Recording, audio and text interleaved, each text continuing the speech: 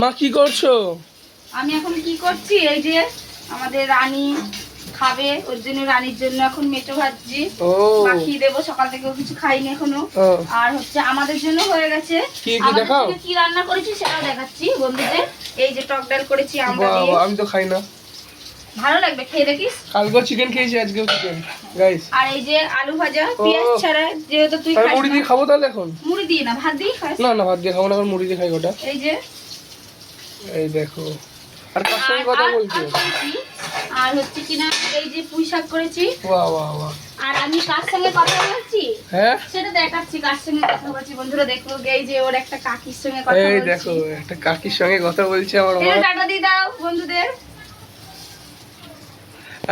আর কি কি রান্না করছো এখন? আর এই যে মেটে ভাজা হচ্ছে রানীর জন্য। এটা রানীর জন্য। আর ওইখানে ওটা কি আছে? এটাই চিকেন আছে। কখন করবা? কালকেও করেছি বন্ধুরা চিকেন। আর আমার জন্য শুধু ওর জন্য। এত ভালোবাসে চিকেন খেতে ও। একবেলা হয়ে যাবে না? হ্যাঁ হয়ে যাবে।